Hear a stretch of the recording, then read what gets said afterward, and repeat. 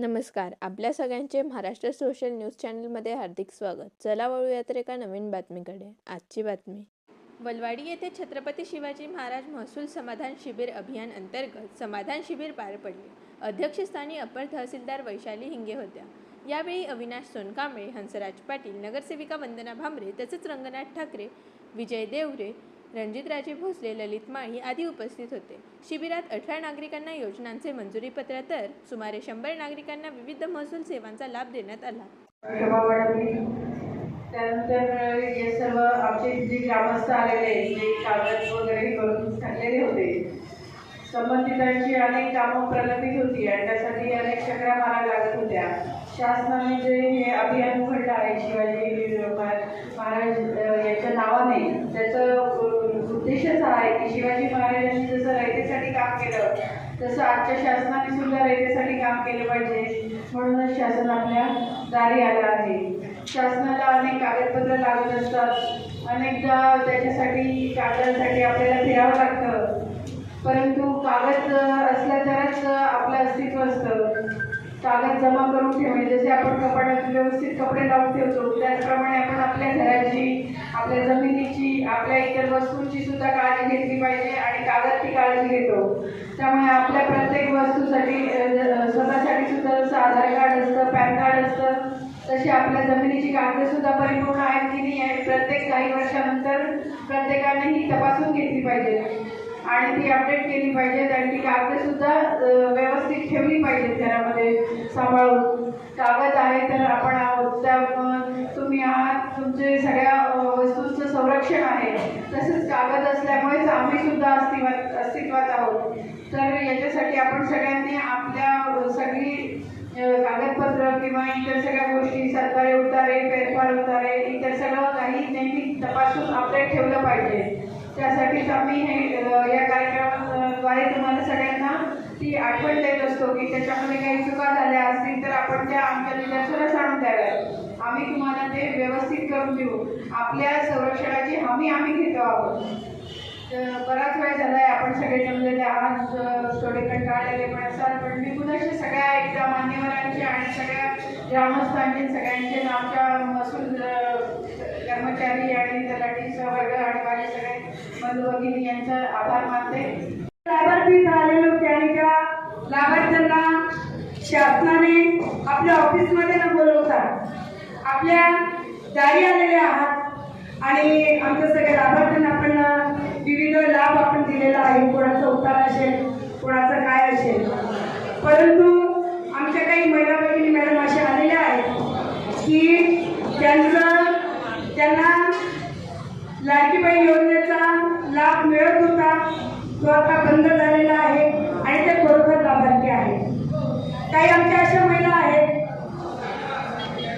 मागे बोलू नका, काही आमच्या अशा महिला आहेत की त्यांना ते 65 वर्षाच्या वरील आहेत किंवा त्या विधवा आहेत, काही आलेल्या नाहीत, त्या घरी आहेत, काही इथं आलेल्या आहेत. त्यांचं काहींचं यादीमध्ये नाव येऊन गेलेलं आहे, परंतु अद्याप त्यांना त्या पगाराचा लाभ मिळाला नाही. संजय गांधी निराधार योजना असेल, श्रावणबाळ योजना असेल, तो लाभ मिळालेला नाही. काहींना कागदपत्र अपूर्ण आहेत. आमच्या आदिवासी भागामध्ये 80% लोकांचे आम्ही जातीचे दाखले तयार करून दिले, परंतु असे अनेक आमचे लाभार्थी आहेत की फक्त कागदांपासून ते वंचित आहेत आणि कागद त्यांच्याकडे नाही, कागदांची अपूर्णता आहे म्हणून लाभापासून ते वंचित आहेत. तेव्हा मी आपणास विनंती करेन की अशा आमच्या काही महिला येतात, आमच्या काही बाबा येतात, आमचे काही बांधव येतात, तेव्हा पहिले असं म्हटलं जायचं की सगळ्यात जास्त आमचे लाभार्थ्यांना लोकांना फिरव करणारे डिपार्टमेंट महसूल डिपार्टमेंट, पण आज बरोबर ही गोष्ट आपण खोडलेली आहे मॅडम. आता फिरव होणार नाही. महसूल डिपार्टमेंटचे लोक आता आपल्या दारी आलेले आहेत आणि असं सुंदर असं उपक्रम त्यांनी इथं घेतलेला आहे. तेव्हा मी आपणास विनंती करेन की ज्यांचे कागदपत्रांचा इश्यू असेल तोही आम्ही जेव्हा ते लोक आमच्या लोकप्रतिनिधीकडे येतात तेव्हा आम्ही आपल्या ऑफिसमध्ये येतो. तर जरी आम्ही नाही आलो आणि जरी आमचे लोक आले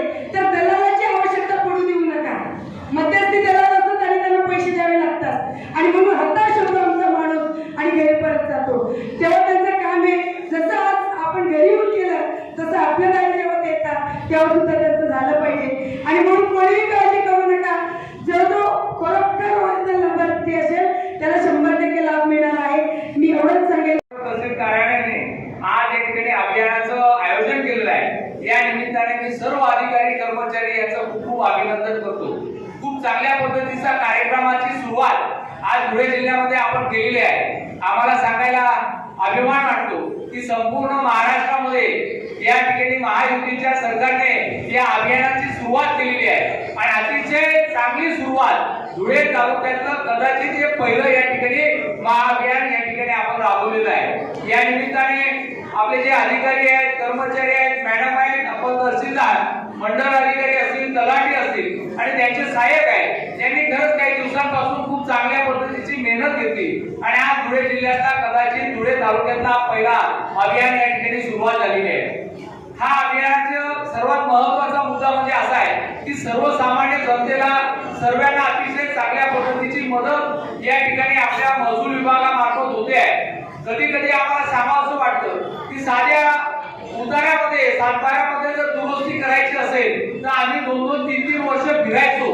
पण आज आपल्यासारख्या चांगल्या अधिकाऱ्यांमुळे, शासनामुळे या ठिकाणी ती जी चूक झालेली आहे ती एका मिनिटामध्ये दुरुस्तीचं काम या अभियानामार्फत या ठिकाणी होतोय. मला तहसीलदार मॅडम आपल्याला सांगावंसं वाटतं की या ठिकाणी जिल्ह्याचं उदाहरण सांगतो की छोटी चूक या ठिकाणी उतार्यामध्ये लिहिताना झाली होती तलाठीकडून. ती चूक सुधारण्यासाठी आमच्या काही सहकार्यांना 35 वर्ष लागली.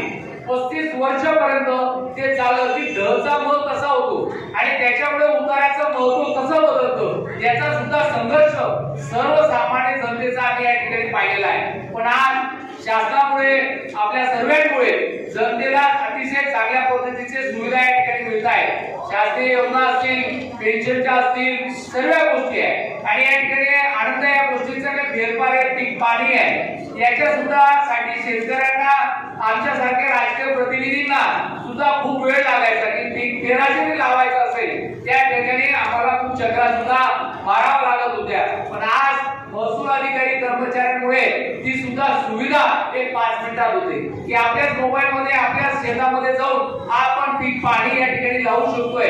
अशा पद्धतीची सुविधा देण्याचं काम या ठिकाणी महाराष्ट्र सरकार आदरणीय मुख्यमंत्री फडणवीस साहेब यांच्या नेतृत्वाखाली करतायत आणि या ठिकाणी आम्हाला अभिमान आहे की अप्पर तहसीलदारचे सर्व अधिकारी कर्मचारी अतिशय प्रामाणिकपणे आमच्या मंडळाचे अधिकारी असतील तालुक्यामध्ये काम करतायत ही आमच्यासाठी अभिमानाची गोष्ट आहे. म्हणून परत एकदा आपल्या सर्व अधिकारी कर्मचारी यांचं अभिनंदन करतो.